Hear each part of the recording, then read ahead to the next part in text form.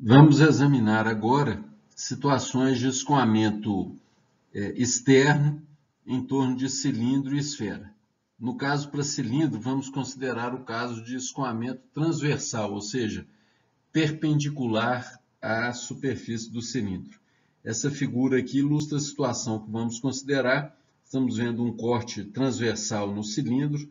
O cilindro está se alongando na direção perpendicular à tela aqui do computador e temos um fluido se aproximando dele com uma velocidade v.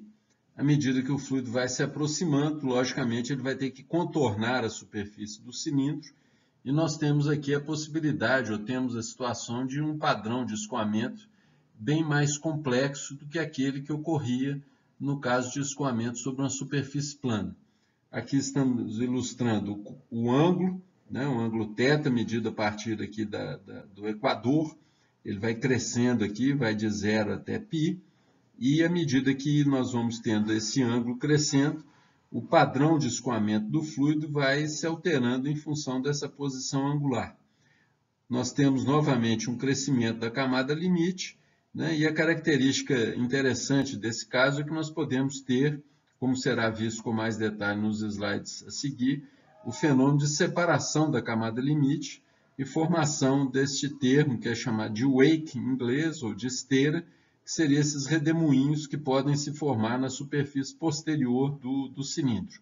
Todos esses aspectos hidrodinâmicos, eles têm um efeito sobre o valor do coeficiente de transferência de calor local e vão acabar manifestando seu efeito sobre o valor do coeficiente de transferência de calor médio ao longo da superfície do cilindro.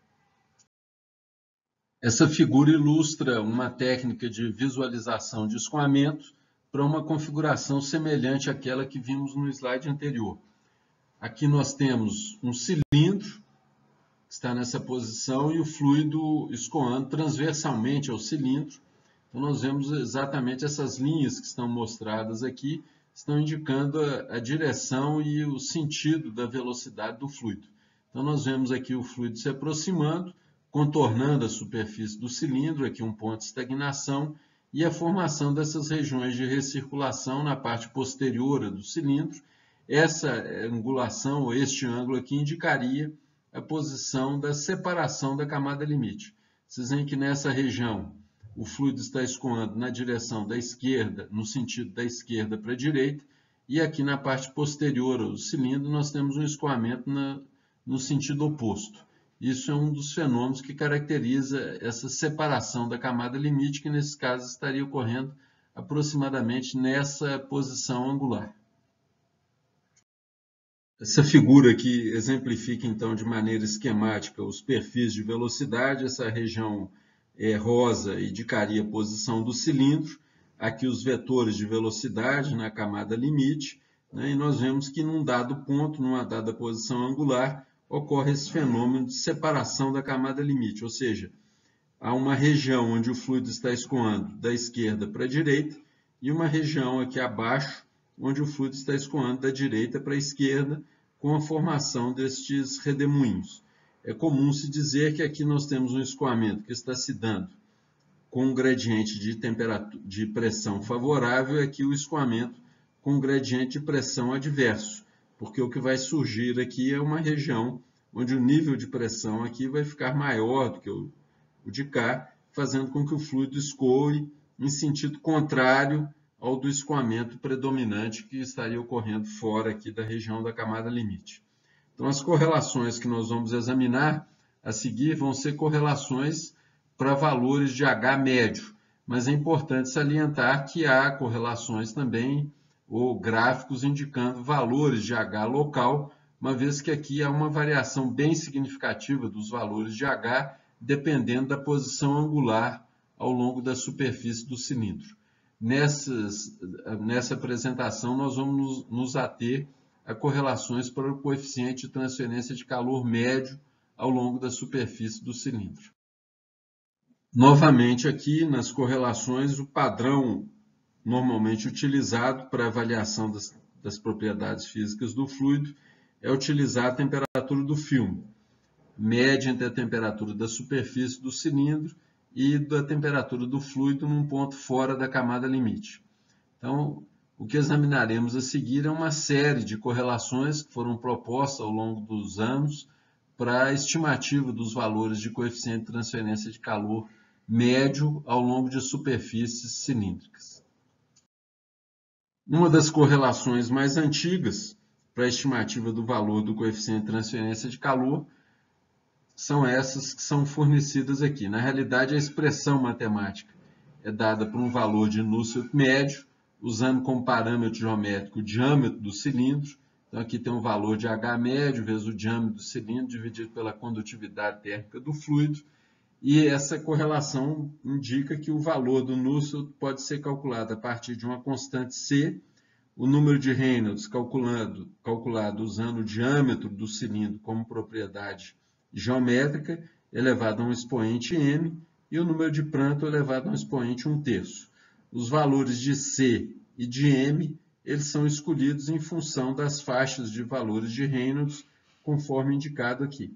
Então, num caso que tivéssemos, por exemplo, um número de Reynolds igual a 20.000, 20.000 ele cairia nessa faixa, o valor de C seria 0,193 e o valor do M a ser utilizado na correlação 0,618.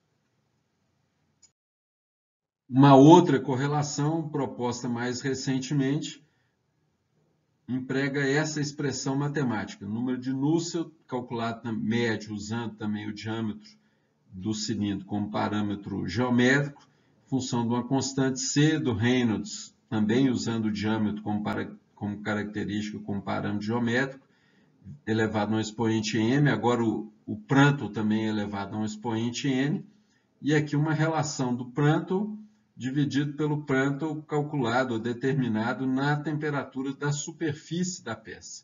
E essa razão aqui dos números de Prandtl é elevada a 1/4. Esta correlação ela pode ser aplicada para valores de Prandtl entre 0,7 e 500, números de Reynolds entre 1 e 10 a 6, e diferente da correlação anterior, neste caso, todas as propriedades físicas do fluido devem ser estimadas na temperatura T infinito, exceto o Prandtl índice N, que deve ser calculado na temperatura da superfície do sólido. Os valores de C e M eles vão ser apresentados na tabela a seguir, que foi extraída do livro do Incropera, e o valor do expoente N ele é selecionado em função do Prandtl. Se o Prandtl for menor do que 10, menor que ou igual a 10, o N é 0,37. Se o Prandtl for maior do que 10, o N é 0,36. Os valores de C e de M vão ser selecionados em função da tabela que vai ser apresentada no slide a seguir. A tabela, então, apresenta os valores de C e M que vamos utilizar nessa correlação em função das faixas de valores do número de Reynolds.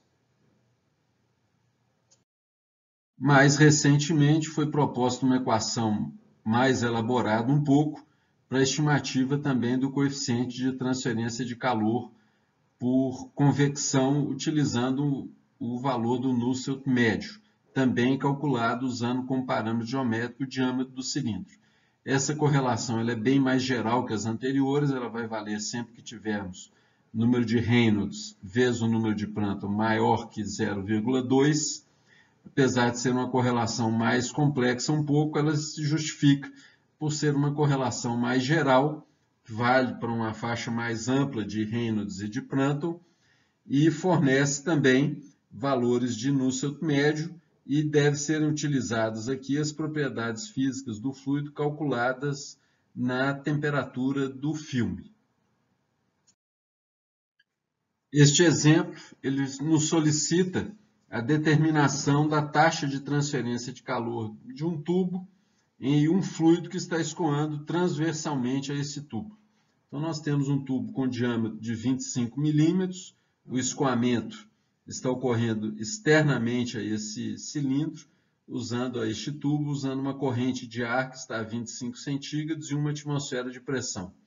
O ar está com um movimento cruzado em relação ao cilindro, com uma velocidade de 15 metros por segundo, e a superfície externa do tubo está mantida a 100 centígrados. Então, neste caso aqui, para determinar essa taxa de transferência de calor, logicamente nós precisaremos de determinar o coeficiente de transferência de calor. Como foi pedido uma taxa global, é suficiente determinarmos o coeficiente médio de transferência de calor. Recomendo mais uma vez que vocês pausem o vídeo nesse instante e procurem resolver esse exemplo utilizando as correlações que foram propostas anteriormente. Nesse slide, então, nós temos um sumário das informações que foram fornecidas: temperatura superficial do tubo, seu diâmetro, a temperatura de aproximação do ar e a sua velocidade. Neste caso, a taxa de transferência de calor é calculada usando o produto da área superficial do cilindro, πd vezes L, que é o seu comprimento, o coeficiente de transferência de calor e a diferença entre as temperaturas da superfície, do tubo e a temperatura do ar. Então, para avaliação do H, nós vamos utilizar a correlação mais recente, que utiliza as propriedades físicas do fluido calculado na temperatura do filme. Este valor é de 62,5 centígrados, ou 335,5 Kelvin. Eu utilizei as tabelas do apêndice do livro do Incropera e fiz a interpolação para a determinação da densidade, da viscosidade, da condutividade térmica e do número de Prandtl para o ar nessa temperatura. A partir desses valores de propriedades, nós temos condições de determinar o número de Reynolds e o número de Prandtl e de utilizá-los para a determinação do valor do coeficiente de transferência de calor. Determinando inicialmente, então, o número de Reynolds, usando como parâmetro geométrico o diâmetro do tubo, nós obtemos um valor de aproximadamente 19.400 e eu utilizei aqui para o cálculo do H o valor da correlação mais recente, da mais elaborada. Neste caso, é satisfeito o critério que foi especificado para a validade da equação. Então, a partir dessa utilização dessa correlação, o número de Nusselt é determinado, o valor deu 77,6, e a partir do Nusselt, então, é possível determinar o valor do H, que neste caso deu 90 watts metro quadrado Kelvin. Com o valor do H, assumindo um comprimento unitário do cilindro, nós podemos determinar, então, a taxa de transferência de calor entre o tubo, o cilindro e o fluido. O resultado é um valor em torno de 530 watts. É interessante que vocês utilizem as outras duas correlações para fazer o cálculo do H e da taxa de transferência de calor, para comparação entre os resultados fornecidos pelas diferentes correlações. Examinando agora a situação de transferência de calor entre uma esfera e um fluido, nós temos aqui uma correlação, agora novamente também para valores de Nusselt médio. Este valor é de uma correlação já bem estabelecida na literatura, que permite calcular o número de Nusselt médio para a transferência de calor entre um fluido e uma esfera. Aqui novamente o Nusselt é calculado utilizando como parâmetro geométrico o diâmetro da esfera.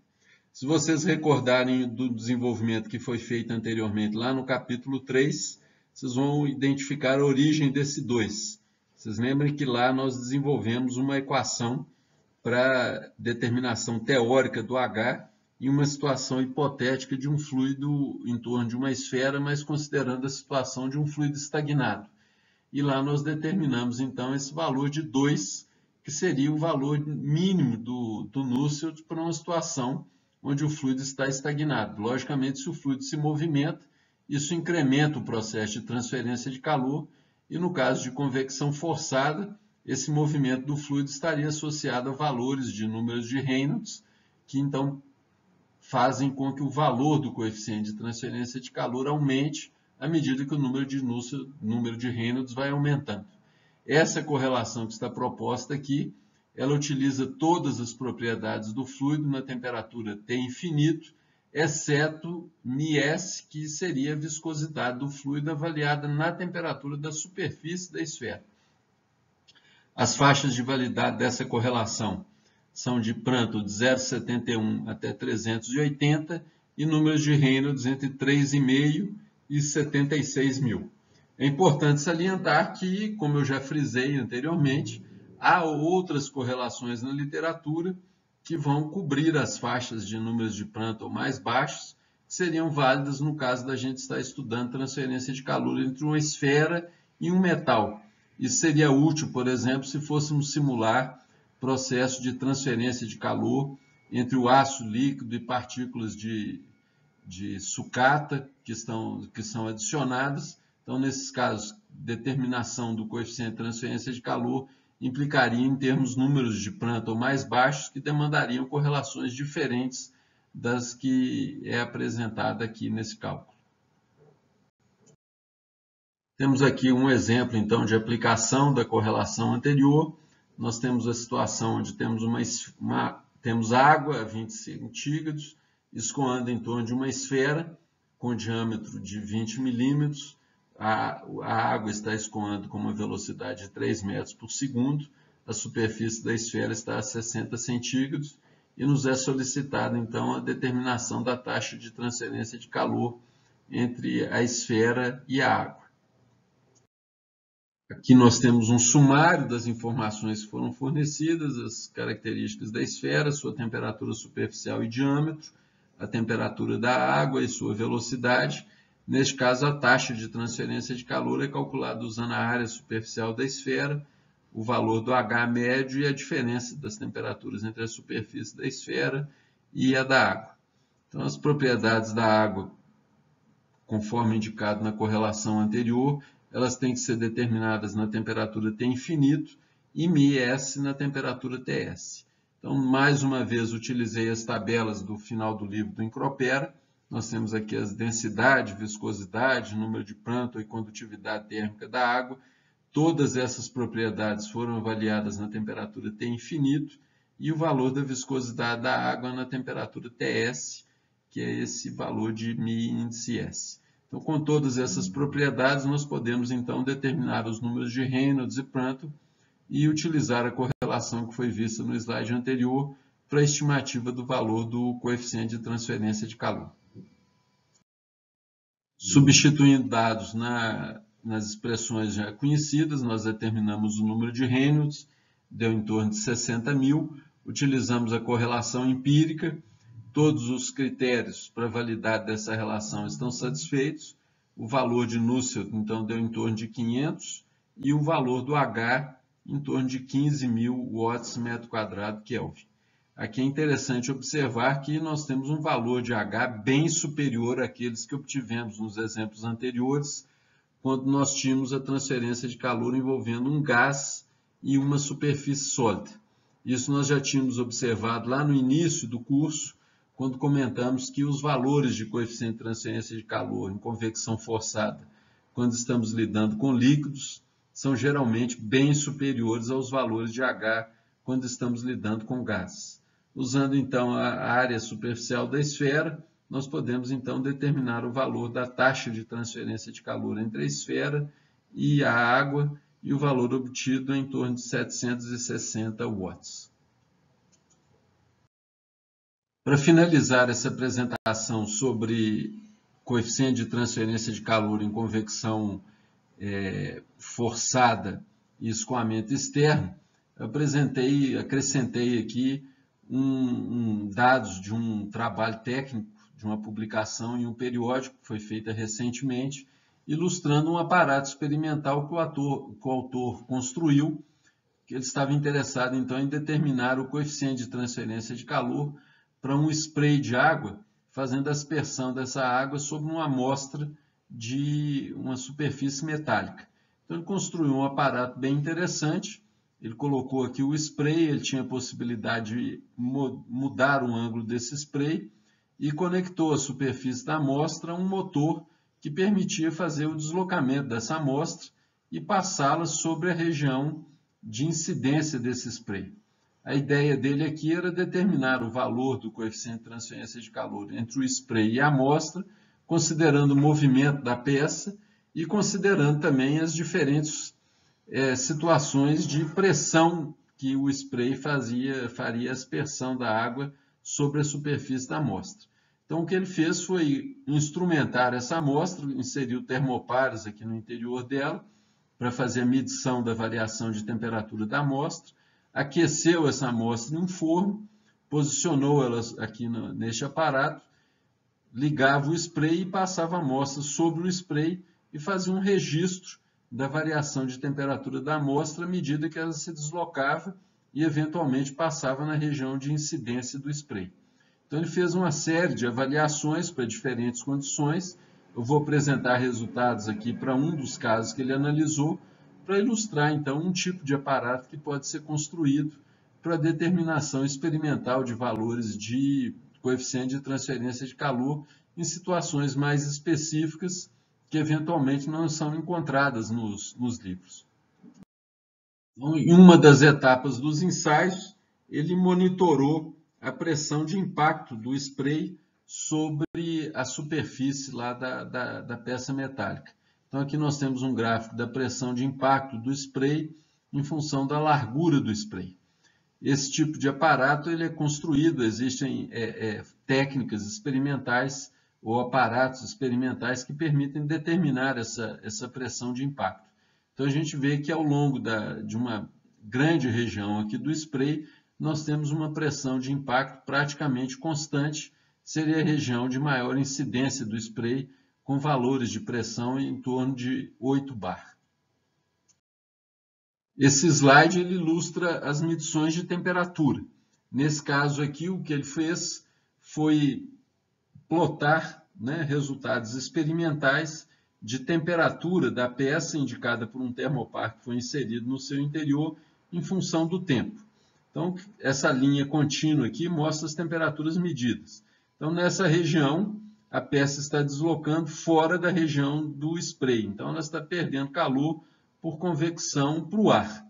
Essa região aqui é a região em que ela passa sob o efeito do spray de água. Vocês veem que a variação de temperatura ela se torna muito mais intensa, o resfriamento é muito mais pronunciado nessa região. Quando termina a área de contato com a água, a peça sofreu um resfriamento muito brusco, mas as partes interiores ainda estão aquecidas. Então, na posição onde ele inseriu o termopar, tem novamente agora um reaquecimento, indicando que a peça está recebendo calor das regiões que estão mais afastadas do spray. A região de interesse dele é essa região aqui do spray. Então, ele construiu em paralelo um modelo matemático. Nesse modelo matemático, o que ele procurou fazer foi determinar valores de H que fariam com que as temperaturas calculadas e as temperaturas medidas se ajustassem bem. Quando ele conseguisse esse ajuste, o valor de H que ele utilizou na simulação teórica seria o valor de H correspondente às condições de resfriamento da peça no aparato que ele construiu. Esse slide é um sumário dos principais resultados. Então, na ordenada tem os valores dos coeficientes de transferência de calor e no caso desse trabalho ele correlacionou esse valor dos coeficientes de transferência de calor com a pressão de impacto. Logicamente, essa pressão de impacto ela vai ser afetada pela distância do spray em relação à peça, pela vazão da água. Então, tem uma série de aspectos que ele contabilizou o efeito todo esse na pressão de impacto. E a gente vê valores do coeficiente de transferência de calor bem elevados. Nós estamos falando aqui de valores da ordem de 10 a 5 watt metro quadrado, que é o centígrado, e esse valor variando de forma aproximadamente linear com a pressão de impacto. Então, a nossa apresentação sobre convecção forçada e escoamento externo se encerra aqui. A mensagem final é de que aqui nós tivemos apresentação de apenas algumas dessas correlações. Na literatura, em publicações mais recentes, nós encontramos uma variedade enorme de correlações que vão complementar as que foram apresentadas neste filme. No próximo capítulo, nós vamos lidar com convecção forçada e escoamento no interior de dutos em diferentes geometrias.